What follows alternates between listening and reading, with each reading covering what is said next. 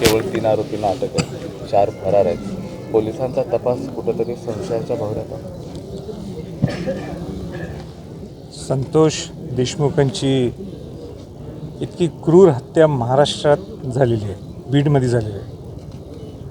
मला ते ऐकून मी गहिरून गेलेलो आहे. म्हणजे महाराष्ट्रात बीड असं घडू शकते कसं? म्हणजे बीड बिहारच्या मार्गावर चाललं आहे का, हा प्रश्नचिन्ह निर्माण झालेला आहे. हा साधा गरीब सामान्य कुटुंबातला मुलगा संतोष देशमुख, ही त्याची 3री टर्म आहे सरपंच म्हणून. इतका प्रामाणिक काम करणारा हा व्यक्ती इथं अन्यायाच्या विरोधात लढा देण्यासाठी तो पुढे गेला. तिथं पवनचक्कीचं जे काय काम चालू आहे तिथं दमदाटी झाली होती. ते सुद्धा बौद्ध समाजाच्या मुलाकडे सोनवणे अशोक सोनवणेचे ते विचारण्यासाठी गेलं. आणि त्याच्यामुळे जे नंतर पुढं काय घडलं, इतकी क्रूर हत्या. त्याच्या भावाने ज्या मिनिटाला ती बॉडी मिळाल्यावर 36 फोन त्या काटेशी केले, चाटेशी केले. 36 फोन केले. पोलिसांना सांगितलं. पोलिसांनी ही 3 तास 3.5 तास ही मजा पाहिली. आणि आता काय केलं, सक्तीच्या रजेवर त्या पियाला पाठवले, एकाला निलंबित काहीतरी केलं. हे असं चालणार नाही. या पोलिसांना जे पी आय तो जो कोण त्याला आरोपी केल्याशिवाय हे आम्ही कोण गप बसणार नाही. ह्याच्या मागं तो सुदर्शन कोण, तो सुदर्शन घुले हा फरार झालाय म्हणतात. 7 दिवस बाहेर आहे. पिक्चर स्टाईल त्याला मर्डर केलेलं आहे. अजून 7 दिवस तुम्ही अटक करू शकत नाही. आणि हे कुठल्या पक्षातले लोक आहेत हे अजित पवारांनी त्याचं चिंतन करावं. या ज्या घुलेला जो सपोर्ट असतो ते इथले माजी मंत्री ह्यांनी पूर्ण लक्ष घालून ह्यांना हजर का करत नाहीत? मग ते त्यांच्या पक्ष चाटे कोण, त्यांच्या पक्षाचा तालुका प्रमुख आहे वाल्मिक कराड, हा कुठला इतका मोठा गुण, त्याला सपोर्ट करतात.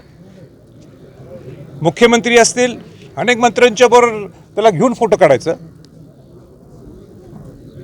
आणि इतकी माज ही चालली ना, आपण गप आहोत. मी IG मिश्रांशी बोललो, त्यांना सुद्धा ह्याच्याबद्दल काही उत्तर देता आलं नाही. हिवाळी अधिवेशन आहे उद्यापासून. जर तुम्ही याच्याबद्दल ह्यांना आरोपी, या सगळ्या पोलिसांना जे कोण PI ते आरोपी केला नाही आणि या गरीब लोकांच्यावर न्यायाची भूमिका घेतली नाही, तर आम्ही सगळे गावातले लोक सगळेजण आम्ही तुम्हाला कोणालाही सोडणार नाही. मी शिवाजी महाराजांचा वंशज आहे. आम्ही शिवाजी महाराजांनी अन्यायाच्या विरोधात नेहमी न्यायाची भूमिका घेतली.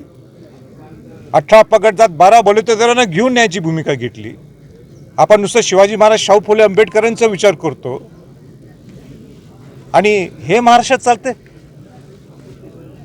माझी मुख्यमंत्र्यांना विनंतीपूर्वक सूचना राहील, तुम्ही जातीने याच्यात लक्षात घाला.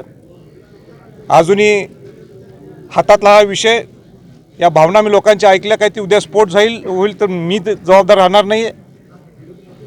कारण काय सगळे व्हिडिओज आहेत ज्या पद्धतीने क्रूर मांडलेले, पोलिसांच्या समोर या सगळ्या गोष्टी घडलेल्या आहेत. कसं अपहरण केलं, तो ड्रायव्हरसुद्धा त्याचा भाऊच आहे, ड्रायव्हर नाही आहे, त्याचा जो गाडी चालवतो भाऊच आहे, त्याचा चुलत भाऊ काय कोणतरी, त्यांनी सगळ्या गोष्टी सगळ्या सांगितलेल्या आहेत. तरी पोलिसांनी 3.5 तास ही मजा बघत एक साधी गुन्हा नोंद केला नाही.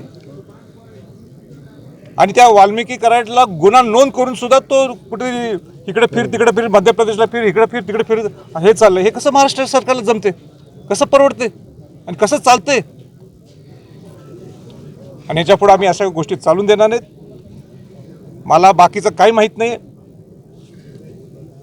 पूर्ण मी ग्रामस्थांच्या बरोबर आहे. जे ग्रामस्थ निर्णय घेतील त्याचबरोबर संभाजीराजे असतील बरोबर. आणि तुम्ही CIDची आम्हाला दिलेली आहे, आम्हाला CID नको आहे. सगळ्यांचं एक मत आहे, ती SIT पहिलं आहे. आणि SITमध्ये नेमत असताना सुद्धा लोकल अधिकारी चालणार नाही आहे, तो बाहेरचा अधिकारी चालणार. मग उदाहरण त्यांनी उमाप नाव दिलं, असे अनेक कुमावत नाव दिलं. तुम्ही चांगले अधिकारी द्या आणि ह्या SITच्या माध्यमातून ह्या गरीब कुटुंबाचा न्याय मिळवून द्यायला पाहिजे. आणि दुर्दैवाने इथं जातीरंग दिला जायला लागलेला आहे बीडमध्ये. इथं जातीरंगचा काही विषय नाही आहे. त्या बिचाऱ्या बौद्ध समाजाच्या मुलाला वाचवण्यासाठी हा संतोष देशमुख गेला होता. हा काय तो दलित समाजाचा किंवा मागासवर्गीय समाजाचा जाऊन गेला नाही, पण त्याच्यावर अन्याय व्हायला लागलेला आहे, त्याच्यावर मारहाण त्याला व्हायला लागलेली आहे. त्याला संरक्षण देण्यासाठी हा सरपंच गेला आणि त्याची लगेच दुसऱ्या दिवशी हत्या करून टाकायची. अहो त्यांनी बोटं कापलेत, डोळ्यात ते लायटर मारले, डोळे जाळलेत. हे महाराष्ट्र आहे? हे शिवाजी महाराज शाहू फुले आंबेडकरचं महाराष्ट्र आहे? माझी विनंती राहीन सुद्धा अजितदादांना, हे तुमच्या पक्षातले लोक आहेत. जोपर्यंत हे घडत नाही, जोपर्यंत ह्याला न्याय मिळत नाही, तुम्ही तुमच्या ह्या इथल्या मतदारसंघातल्या आमदारांना मंत्रीसुद्धा करू नका. तुम्ही नेहमी शाहू महाराजांचं नाव घेता, शिवाजी महाराजांचं नाव घेता, फुले आंबेडकरचं नाव घेता.